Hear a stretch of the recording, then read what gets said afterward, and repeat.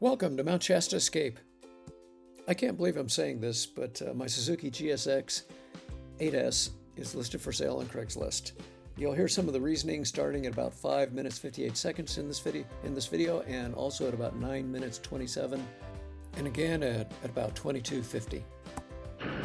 Today is July 2nd, 2024, and I am getting ready to do another fairly long ride on my Suzuki GSX-8S.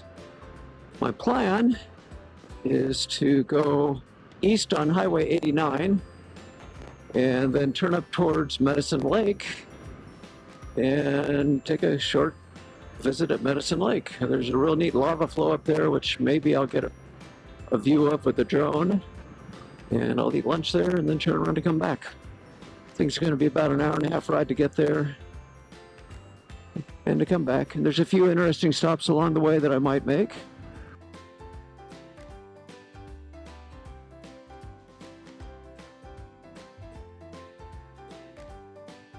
I'm going to stop and put on another layer. It's going to get warm today, but at the moment I'm climbing and it's feeling kind of chilly.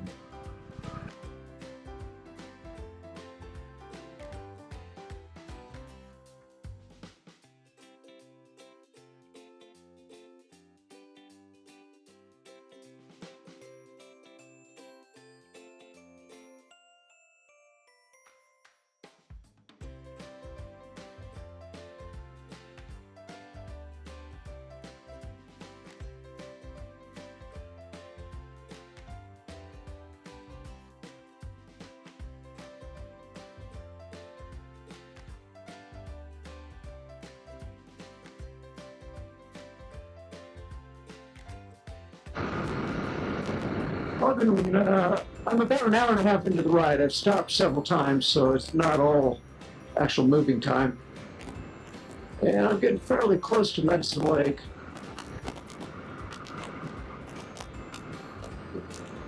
11:23, so I think by the time we get there, it's going to be a good time to look for a lunch spot.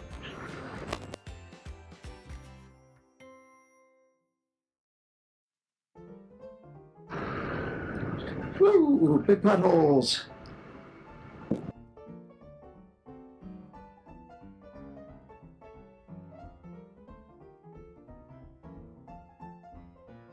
Practicing my swerving a little bit here. I need to get a little better at dodging those potholes.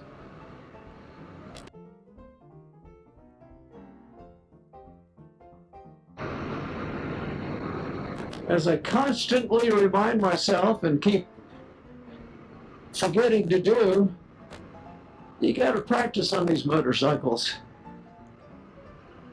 Good road to practice quick weaves on because there's nobody else on it.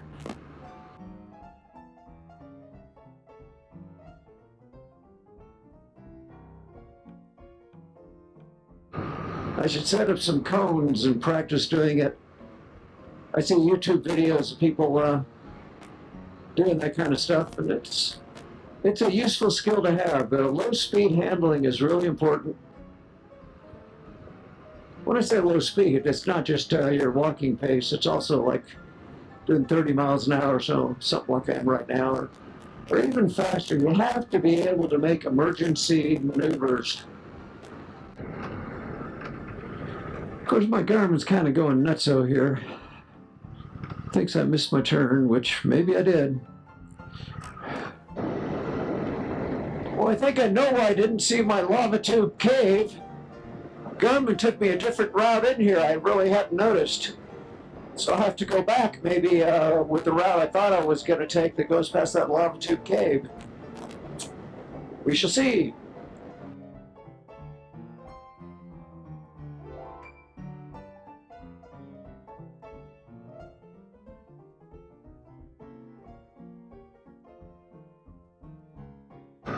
And I don't know how far I'll get on this. I had really planned on doing a dirt road today.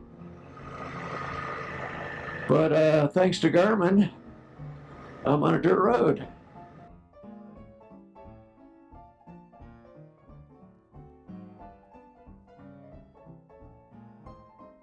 It says I got to go about 6 miles. That's not all that bad if the road stays okay. which maybe it will, maybe it won't.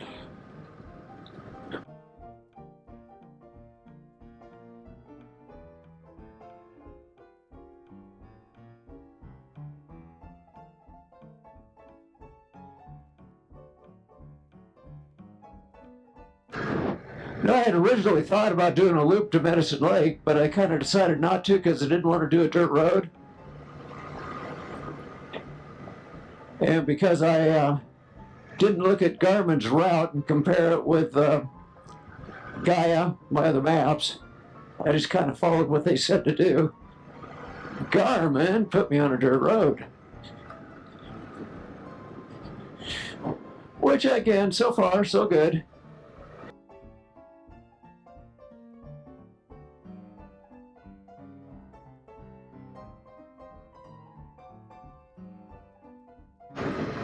Which brings me back to why I think maybe someday I'm going to be on an adventure bike instead of a street bike. Not that I want to go seeking out the dirt roads all that much, I just seem to find myself on them all the time. Even when I have good intentions of sticking to pavement. So far this road is fine though.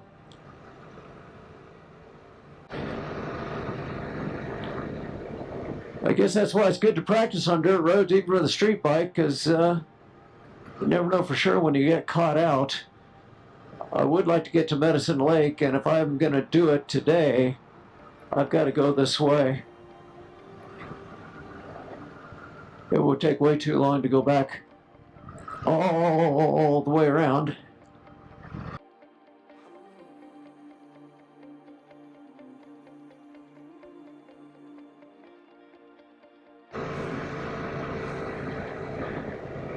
Looks like a pretty major dirt road. I mean, I had some good ruts back there a little ways, but it's pretty consolidated, pretty packed. What I've learned to really be worried about on this street bike is if I get into anything a little deep and soft, 17-inch wheel just kind of plows and wants to tuck under and put you down. But so far, this is has a good base on it. Definitely getting into the lava flows. So like I said in my last video, I mean, my Suzuki is a street bike and I'm going to treat it like one, except that, you know, out here in these more rural areas, you do get caught out on dirt roads every now and then.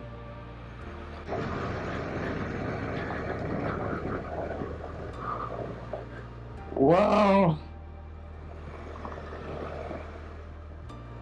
I wonder how long ago this fire took place.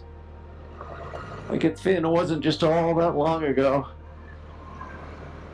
And man, it's going to be a mess when all these trees start falling, which they will. When we moved to Colorado, the house we lived in was right by a major fire that burned like 70,000 acres in 2002. But we bought our house there in 2008. And I mean, all the old trees were still standing. And it takes maybe 10 to 15 years for all the dead trees to finally fall over. And while they're doing that, you're getting constant deadfall across roads and trails. It really makes it hard to maintain them.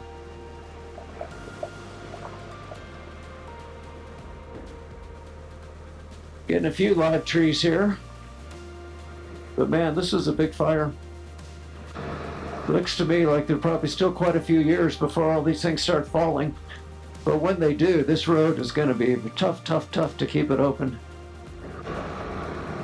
And when you got just nothing but dead trees out here, it's a little spooky to be out amongst them if you got a high wind. That's when they're more likely to fall. I really wonder if I do get that adventure bike. I really like the motor on this motorcycle. The quick shifter's okay. It's not great, but it's okay. But the motor is just awesome. And if I got an adventure bike, I would think pretty hard about the Suzuki V-Strom 800 DE. I sat on one of the DEs and I thought it was too tall and felt top heavy to me. If I got one, I probably lowered a little bit, something like what I did with my Kawasaki. Maybe a 1-inch lowering link on the back and move the fork tubes up a little. It's a larger 21-inch front wheel, and the longer travel suspension actually helps a lot when you're on rough roads.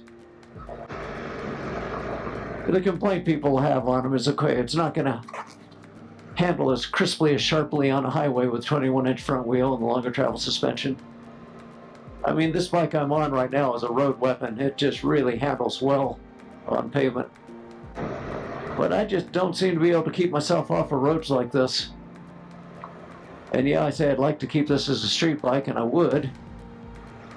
But when I get in a situation like this where Garmin took me this way and I'd have to do a huge amount of backtracking and add hours to my trip to get to Medicine Lake, I say, okay, I'll do the dirt road and this bike can do it. But Suzuki has really won me over with this motor. The motor is just great. You know, people say, well, gee, the KTM's got more power and yeah, all this stuff. Yeah, KTM handles better on rough roads.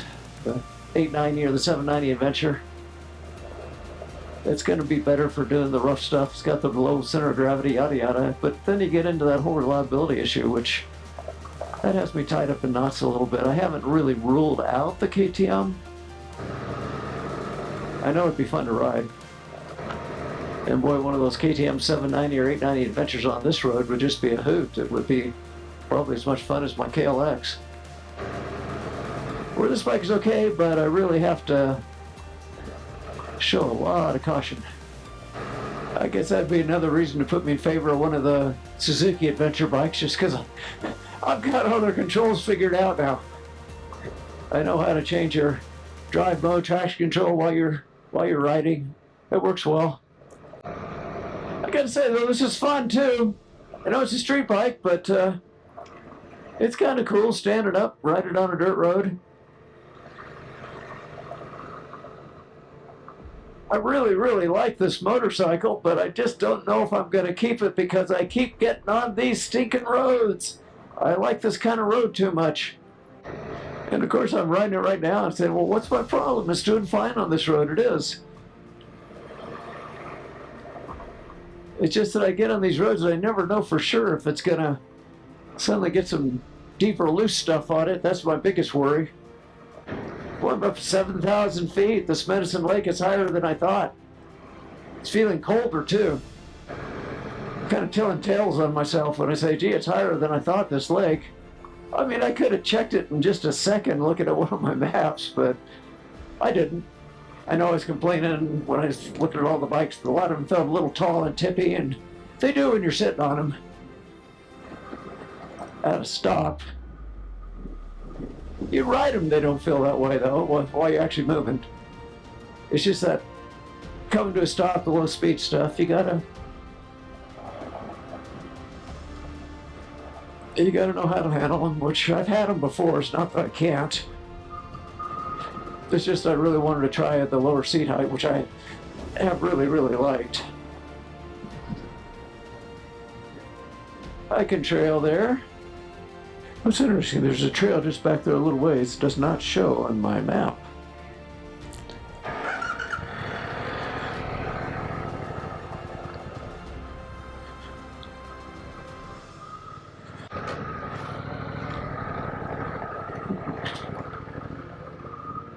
Well, looks like that could have been it for the dirt road, which is good. Oh, I see lava beds up ahead. When Joline and I were out here a year ago, we didn't come up this far in this road, so I haven't seen this view yet. Big lava flow to my right.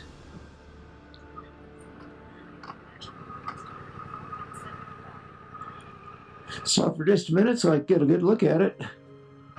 You know, I'm tempted to fly the drone right now.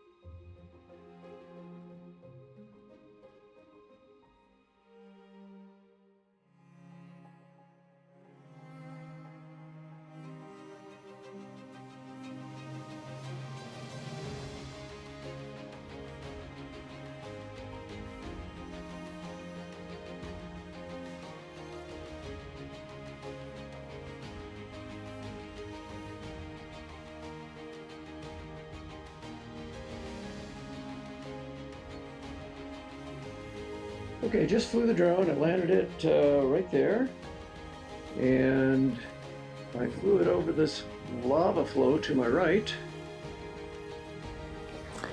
I just took a lunch break. I flew the drone. There's a lava flow just right over there, and I flew it up over that lava flow a little bit. You can see Medicine Lake in the background, and this road will be curving around. We'll be going past Medicine Lake in just a few minutes. And once I finish looking at that just a little bit, it's going to just be a hot fitting towards home.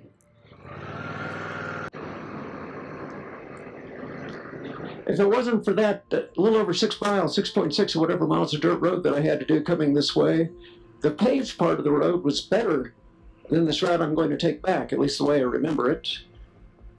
I'll find out when I do this. But the nice thing is that I made a loop, and I'm only had to do a little over 6 miles of dirt, which, like I said, I want to minimize that with this bike, but I'm not afraid to do it. And this is a very narrow road. If 2 cars met in the middle, you'd kind of have to maybe find one of these wide spots to get around. With a motorcycle, it's not a big deal. Now, the lava flow that I flew the drone over at my lunch stop back there. In fact, I meant to put a waypoint there and I forgot to. Oh well. But anyway, at the lunch stop, I was seeing it from the north edge. When we were up there, Joline and I, a year ago, we were on the south side of it, and we took a short hike of maybe a half mile or less over to the lava flow. And we didn't go around it the way I am now. I didn't see this other side. So at any rate, at this point, I've flown the drone, and I've seen it from the air on the other side. And I'm not going to try to see it like we saw it last time. I might dig out some pictures that we took then and include it in this video.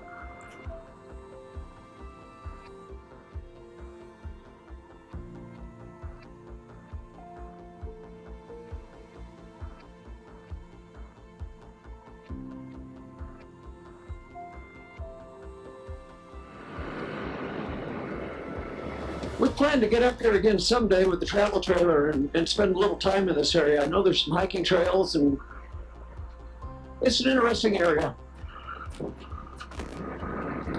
I'm at 6,751 elevation at the moment. It's high enough to make a difference when you're in the hot part of the summer. Although if we get up to those 100-degree days they're talking about, it will still be hot here. It won't be 100 degrees, so it'll have to be cooler. Okay, Medicine Lake, this way.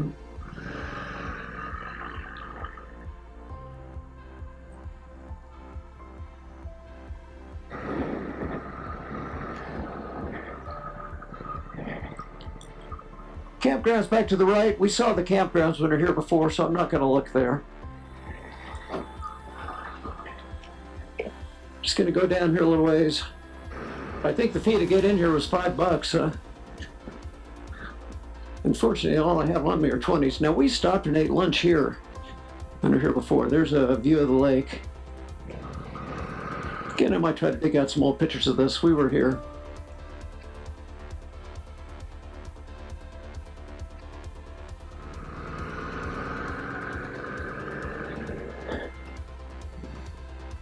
Dog's got to get in the water a little bit.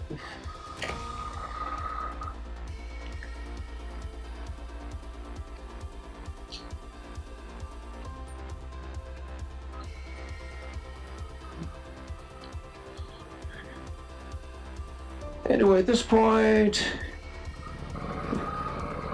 Medicine Lake was my goal, but I'm not going to spend much time here. Okay, I just told my Garmin to go home, and it looks like it's maybe taking the right route.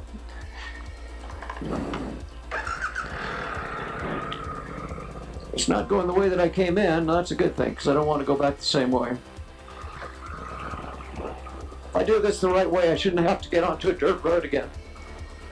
And Lava Bed National Monument. I don't know, I might have to take a ride there one of these days. And we're getting close to the 4th of July. A lot of folks are probably taking a good part of this week off. Medicine Lake. That'd be a good place to spend it. I didn't go to the campgrounds, but I bet they're pretty full.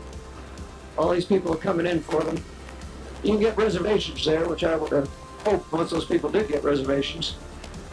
Get a little bit of view of this in the Garmin. You can see the lake where I just was. And I could still be wrong, but I think I'm going to go past that lava tube cave going this other way back.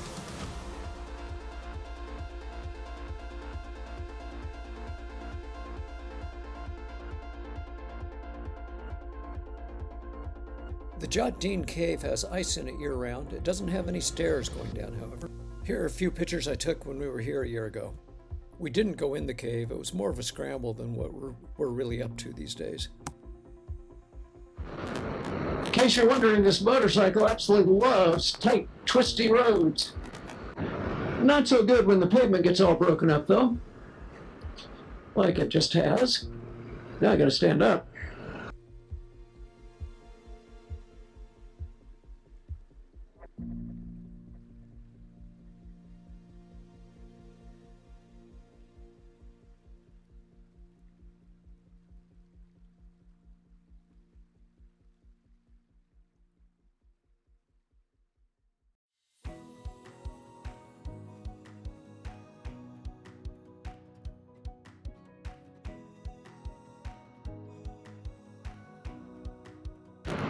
Madison Lake is going to be busy over the holiday. See lots of folks headed that way with boats and RVs and stuff. Now the road that I came out on following Garmin was in much better condition than this. This is kind of how I remember it. Very lumpy pavement, lots of potholes. See, this is how I talk myself into changing motorcycles. I go through my honeymoon phase where, oh, I love this motorcycle, I'll keep it forever. And then before you know it, I'm talking about the next one. I do like this motorcycle, it's good. I love a lot of street bikes, so this would rank up there as one of the better ones. It does not have the power like my old Suzuki GSX-8S have. It doesn't need it, the power it's got is plenty. Yeah, I'm just willing to bet that this is the road that I took up. Yeah, Modoc Highway, I remember this. Instead of turning here, I went straight. And that's what gave me a loop, and that was a good thing. I'll just ride again someday, and I'll still do the loop, and I'll do that dirt section.